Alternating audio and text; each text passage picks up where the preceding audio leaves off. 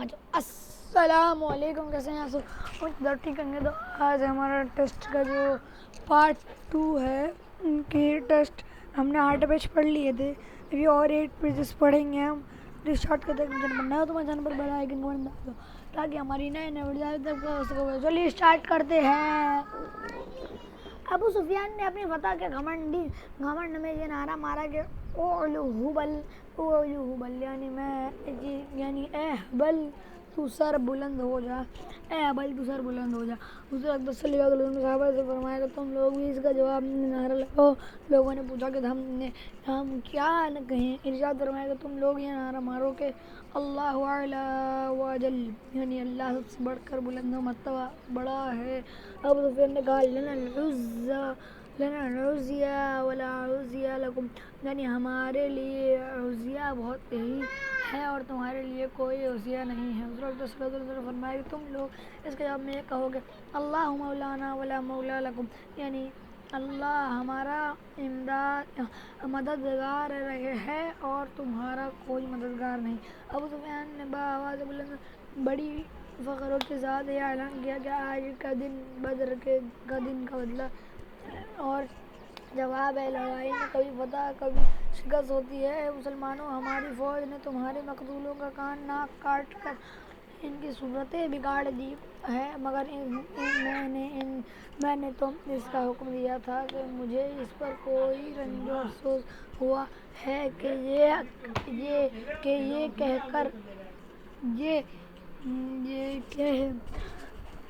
کہاں تھے ہم؟ تو حکم دیا تھا کہ مجھے پر کوئی رنج و افسوس ہوا ہے. یہ کہہ کر ابو سفیان میدان سے ہٹ گئے اور چل دیا. ہند جگر خار کفار قریش کی عورتیں نے جنگ بدر کا یہ بدلہ لینے کے لیے جوش میں شہدائے کرام رضی اللہ عنہ کی لاشوں پر جا کر ان کی کان ناک وغیرہ کاٹ کر صورتیں بگاڑ دیں. اور ابو سفیان کی بیوی ہند نے تو بے دردی کا مظاہرہ کیا اور ان اعضاء کا ہار بنا کر اپنے گلے میں ڈالا. ہند حضرت حمزہ رضی اللہ عنہ کے مکہ مقدس لاش کو تلاش کرتی پھر رہی تھی، کیونکہ حضرت حمزہ ہی نے جنگ بدر کے دن ہند کے باپ عتبہ کو قتل کیا تھا. جب اس بے درد نے حضرت حمزہ کی لاش کو پا لیا تو خنجر سے ان کا پیٹ پھاڑ کر کلیجہ نکالا اور اس کو چبا گئی، لیکن حلق سے نہ اتار سکا، اس لیے اگل دیا. تاریخوں میں ہند کا لقب جو جگر خار ہے وہ اسی واقعے کی بنا پر ہے. ہند اور اس کی شوہر ابو سفیان نے رمضان 8 ہجری میں فتح مکہ کے دن اسلام قبول کیا. رضی اللہ تعالی عنہم. سعد بن ربیعہ کی وصیت. حضرت زید بن ثابت رضی اللہ عنہ کا بیان ہے کہ میں حضور اقدس صلی اللہ علیہ وسلم کے حکم سے حضرت سعد بن ربیعہ رضی اللہ عنہ کی لاش کی تلاش میں نکلا تو میں نے ان کو سکرات کے عالم میں پایا. انہوں نے مجھ سے کہا کہ تم رسول اللہ صلی اللہ علیہ وسلم سے میرا سلام عرض کر دینا، اپنی قوم کے بعد سلام میرا یہ پیغام سنا دینا کہ جب تک تم میں سے ایک آدمی بھی زندہ ہے، اگر رسول اللہ صلی اللہ علیہ وسلم تک کفار پہنچ گئے تو خدا کے دربار میں تمہارا کوئی عذر بھی قابل قبول نہ ہوگا. یہ کہا اور ان کی روح پرواز کر گئی. خواتین اسلام کے کارنامے. جنگ احد میں مردوں کی طرح عورتوں نے بھی بہت ہی مجاہدانہ جذبات کے ساتھ لڑائی میں حصہ لیا. حضرت بی بی عائشہ رضی اللہ عنہا، حضرت بی بی سلمہ رضی اللہ عنہا کے بارے میں حضرت انس رضی اللہ عنہ کا بیان ہے کہ یہ دونوں پائشے چڑھائے ہوئے مشک میں پانی بھر کر لاتے تھے اور مجاہدین خصوصاً زخمیوں کو پانی پلاتے تھے. اس طرح حضرت ابو سعید خدری رضی اللہ عنہ کے والدہ حضرت بی بی سلیمہ رضی اللہ عنہا بھی برابر پانی کی مشک بھر کر لاتی تھی اور مجاہدین کو پانی پلاتی تھی. حضرت عمارہ کی جانب سے حضرت بی بی عمارہ جن کا نام نصیبہ ہے، جنگ احد میں اپنے شوہر حضرت زید بن عاصم اور 2 فرزند حضرت عمارہ اور حضرت عبداللہ رضی اللہ عنہ کو ساتھ لے کر آئی تھی. پہلے تو مجاہدین کو پانی پلاتی رہی، لیکن جب حضور اقدس صلی اللہ علیہ وسلم پر کفار کی یلغار کا ہوش مربع منظر دیکھا تو مسکو کو پھینک دیا اور ایک خنجر لے کر کفار کے مقابلے میں سینہ سپر ہو کر کھڑی ہو گئی اور کفار کی تیر تلوار کے ہر ایک وار کو روکتی رہی، چنانچہ ان کی سرابر گردن پر 13 زخم لگے۔ ابن قمیہ ملعون نے جب حضور صلی اللہ علیہ وسلم پر تلوار چلا دی تو حضرت عمارہ رضی اللہ عنہ نے آگے بڑھ کر اپنے بدن پر روکا، چنانچہ ان کے کندھے پر اتنا گہرا زخم آیا کہ گار پڑ گیا، پھر خود بڑھ کر ابن قمیہ کے شانے پر زور و تلوار ماری، لیکن وہ ملعون دوہری ذرہ پہنچنے ہوئے تھا، اس لیے بچ گیا۔ تو ابھی اور بھی پڑھیں گے ہمارا کہاں سے 277 چالو کی تھی، تو 277 سے ہم 284 تک پڑھیں گے۔ حضرت بیوی ام عمارہ رضی اللہ عنہ کے فرزند حضرت عبداللہ رضی اللہ عنہ کہتے ہیں کہ مجھے ایک کافر نے زخمی کر دیا اور میری زخم سے خون بند نہیں ہوتا تھا۔ میری والدہ ام عمارہ نے فوراً کپڑا پھاڑ کر زخم کو باندھ دیا اور کہا کہ بیٹا اٹھو، کھڑے ہو جاؤ اور پھر جہاد میں مشغول ہو جاؤ۔ اتفاق سے وہی کافر حضور صلی اللہ علیہ وسلم کے سامنے آ گیا تو آپ نے فرمایا کہ اے ام عمارہ رضی اللہ عنہ، دیکھ تیرے بیٹے کو زخمی کرنے والا یہی ہے۔ یہ سنتے ہی حضرت بیوی ام عمارہ نے جھپٹ کر اس کافر کا ناک کی ٹانگ پر تلوار کا ایسا بھرپور ہاتھ مارا کہ وہ کافر گر پڑا اور پھر چل نہ سکا، بلکہ سرین کے بل گھسٹتا ہوا بھاگا۔ یہ منظر دیکھ کر حضور اقدس صلی اللہ علیہ وسلم ہنس پڑے اور فرمایا کہ اے ام عمارہ رضی اللہ عنہ، خدا کا شکر ادا کر کہ اس نے تجھ کو اتنا طاقت اور ہمت عطا فرمائی کہ تو نے خدا کی راہ میں جہاد کیا۔ حضرت ام عمارہ رضی اللہ عنہ عرض کرتی یا رسول اللہ صلی اللہ علیہ وسلم، دعا فرمائیے کہ ہم لوگوں کو جنت میں آپ کی خدمت گزاری کا شرف حاصل ہو جائے۔ اس وقت آپ نے ان کے لیے اور ان کے شوہر اور ان کے بیٹوں کے لیے اس طرح دعا فرمائی کہ اللہم اجعلہم رفقائی فی الجنہ، یا اللہ عز و جل ان سب کو جنت میں میرا رفیق بنا دے۔ حضرت بیوی ام عمارہ رضی اللہ عنہ زندگی بھر اعلانیہ یہ کہتی رہی کہ رسول اقدس صلی اللہ علیہ وسلم کی اس دعا کے بعد دنیا میں بڑے سے بڑے مصیبت بھی مجھ پر آ جائے تو مجھے اس کی کوئی پرواہ نہیں۔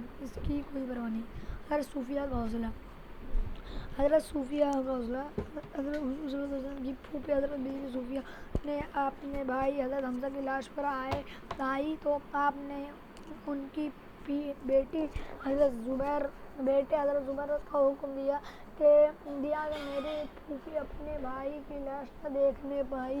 حضرت بیوی صوفیہ رضی اللہ عنہ نے کہا کہ مجھے اپنے بھائی کے بارے میں سب کچھ معلوم ہو چکا ہے، لیکن میں اس کو خدا کی راہ میں کوئی بڑی قربانی نہیں سمجھتی۔ پھر حضور اقدس صلی اللہ علیہ وسلم کی اجازت سے لاش کے پاس گئی اور یہ منظر دیکھا کہ پیارے بھائی کا کان، ناک، آنکھ سب کٹے وٹے شکم چاک جگر چبایا ہوا پڑا ہے۔ یہ دیکھ کر اس شیر دل خاتون نے انا للہ و انا الیہ راجعون کے سوا کچھ بھی نہ کہا، پھر ان کی مغفرت کی دعا مانگتے ہوئے چلی آئی۔ ایک انصاری عورت کا صبر ایک انصاری عورت جس کا شوہر، باپ، بھائی سبھی اس جنگ میں شہید ہو چکے تھے، تینوں کی شہادت کی خبر باری باری سے لوگوں نے اسے دی، مگر وہ ہر بار یہی پوچھتی رہی کہ بتاؤ رسول اللہ صلی اللہ علیہ وسلم کیسے ہیں۔ جب لوگوں نے اس کو بتایا کہ الحمدللہ وہ زندہ ہے اور سلامت ہے تو بے اختیار اس کی زبان سے عشق کا شعر کا مضمون نکل پڑا کہ تسلی ہے پناہ بے کساں زندہ سلامت ہے، کوئی پرواہ نہیں سارا جہاں زندہ سلامت ہے۔ اللہ اکبر۔ اس شیر دل عورت کے صبر و ایثار کا کیا کہنا۔ شوہر، باپ، بھائی تینوں کے قتل سے دل پر صدمات کے تین پہاڑ گر پڑے بھی ہیں، مگر پھر بھی زبان حال سے اس کا یہ نعرہ ہے کہ میں بھی اور باپ بھی، شوہر بھی اور برادر بھی فدا۔ اے شیدیں ترے ہوتے ہوئے کیا چیز ہیں ہم۔ شہدائے کرام رضی اللہ تعالیٰ عنہ۔ اس جنگ میں 70 صحابہ کرام رضی اللہ عنہ نے جام شہادت نوش فرمایا، جن میں 4 مہاجر اور 66 انصار تھے۔ 33 کے تعداد میں کفار بھی نہایت ذلت کے ساتھ قتل ہوئے، مگر مسلمانوں کے مفلسی کا یہ عالم تھا کہ ان شہدائے کرام کے کفن کے لیے کپڑا بھی نہیں تھا۔ حضرت مصعب بن عمیر رضی اللہ عنہ کا یہ حال تھا کہ بوقت شہادت ان کے بدن پر صرف ایک اتنی بڑی کملی تھی کہ ان کی لاش کو قبر میں لٹانے کے بعد اگر ان کا سر ڈھانپا جاتا تھا تو پاؤں کھل جاتے تھے، اور پاؤں کو چھپایا جاتا تھا تو سر کھل جاتا تھا۔ بالآخر سر چھپا دیا گیا اور پاؤں پر ادھر گھاس ڈال دی گئی۔ شہدائے کرام خون میں لتھڑے ہوئے دو شہید ہوئے، دو شہید ایک قبر میں دفن کیے گئے۔ جس کو قرآن زیادہ یاد ہوتا ہے اس کو آگے رکھتے ہیں۔ قبور شہداء کی زیارت۔ حضور اکرم صلی اللہ علیہ وسلم شہدائے احد کے قبروں میں زیارت کے لیے، تو یہاں سے پھر سے ہم پڑھیں قبور شہداء کی زیارت۔ حضرت حضور صلی اللہ علیہ وسلم شہداء احد کی قبروں کی زیارت کے لیے تشریف لے جاتے تھے، اور آپ کے بعد حضرت ابوبکر صدیق و حضرت عمر فاروق رضی اللہ عنہ کا بھی یہی عمل رہا۔ ایک مرتبہ حضور اکرم صلی اللہ علیہ وسلم احد کی قبروں پر تشریف لے گئے تو ارشاد فرمایا کہ یا اللہ، تیرا رسول گواہ ہے کہ اس جماعت نے تیری رضا کی طلب میں جان دے دی۔ پھر یہ بھی ارشاد فرمایا کہ قیامت تک جو مسلمان بھی ان شہیدوں کی قبروں پر زیارت کے لیے آئے گا اور اس کو سلام کرے گا تو یہ شہدائے کرام رضی اللہ عنہ اس کے سلام کا جواب دیں گے۔ حضرت فاطمہ خزاریہ رضی اللہ عنہ کا بیان ہے کہ میں ایک دن احد کے میدان سے گزر رہی تھی تو حضرت حمزہ رضی اللہ عنہ کی قبر کے پاس پہنچ کر میں نے عرض کیا کہ السلام علیک یا عم رسول اللہ، اے رسول اللہ عز و جل و صلی اللہ علیہ وسلم، کہ چچا آپ پر سلام ہو۔ تو میرے کان میں یہ آواز آئی کہ وعلیکم السلام ورحمۃ اللہ وبرکاتہ۔ تو یہ بھی آواز ہے ان کے کان میں۔ تو حیات شہداء 46 برس کے بعد شہدائے احد کے کی بعض قبریں کھل گئی تو ان کے کفن سلامت اور بدن تر و تازہ تھے، اور تمام اہل مدینہ اور دوسرے لوگوں نے دیکھا کہ شہدائے کرام اپنے زخموں پر ہاتھ رکھے ہوئے ہیں، اور جب زخم سے ہاتھ اٹھایا تو تازہ خون نکل کر بہنے لگا۔ کعب بن اشرف کا قتل۔ یہودیوں میں کعب بن اشرف بہت ہی دولت مند تھا۔ یہودی علماء اور یہود کی مذہبی پیشواؤں کو اپنے خزانے سے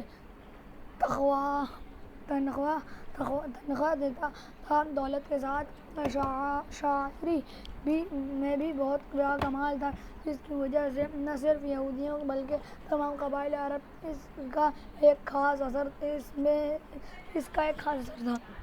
حضور اکرم صلی اللہ علیہ وسلم سخت عداوت تھی۔ جنگ بدر میں مسلمانوں کو فتح اور سردار ان کے قریش کے قتل ہو جانے سے اس کو انتہائی رنج و صدمہ ہوا، چنانچہ یہ قریش کی تعزیت کے لیے مکہ گیا اور کفار قریش کا جو بدر میں مقتول ہوئے تھے، ایسا پر درد مر سیاہ لکھا کہ جس کو سن کر سامعین کی مجمع میں ماتم برپا ہو جاتا تھا، اس لیے مرثیہ کو یہ شخص قریش کو سنا کر خود بھی زار روتا تھا اور سامعین کو بھی رلاتا تھا۔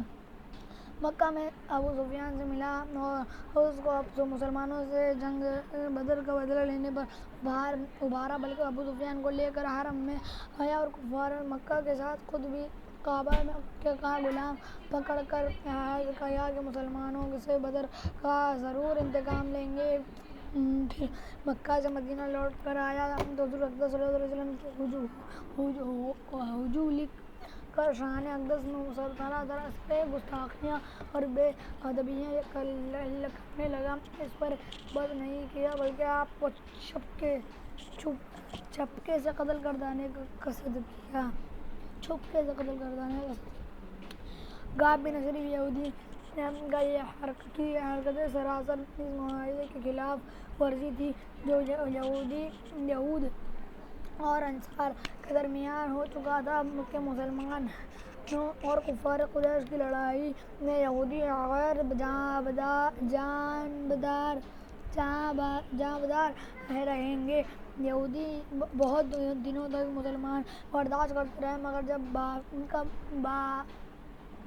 جب بافی اسلام کی حضرت کے مقدس جان کو خطرہ لاحق ہو گیا تو حضرت محمد بن مسلمہ نے حضرت ابو نائلہ و حضرت عبادہ بن بشر و حضرت حارث بن اوس و حضرت ابو عیس رضی اللہ عنہ کو ساتھ لیا اور رات میں کعب بن اشرف کے مکان پر گئے اور ربیع الاول 3 ہجری کو اس کے قلعے کے پھاٹک پر اس کو قتل کر دیا اور صبح کو بارگاہ رسالت میں حاضر ہو کر اس کا سر تاجدار دولت صلی اللہ علیہ وسلم کے قدموں پہ ڈال دیا۔ اس قتل کے سلسلے میں حضرت حارث بن اوس رضی اللہ عنہ کی تلوار کی نوک سے زخمی ہو گئے تھے۔ محمد بن مسلمہ وغیرہ ان کو کندھوں پر اٹھا کر بارگاہ رسالت میں لائے اور آپ نے اپنا لعاب دہن ان کے زخم پر لگایا تو اس وقت شفا کامل انہیں حاصل ہو گئی۔ یہ ویڈیو چلی ہوگی، اگر اچھی لگے تو سبسکرائب کرنا اور ہمارے چینل پر بیل آئیکن پر دبا دینا۔ ملیں گے الگ الگ ویڈیو کے ساتھ، تب تک کے لیے اللہ حافظ۔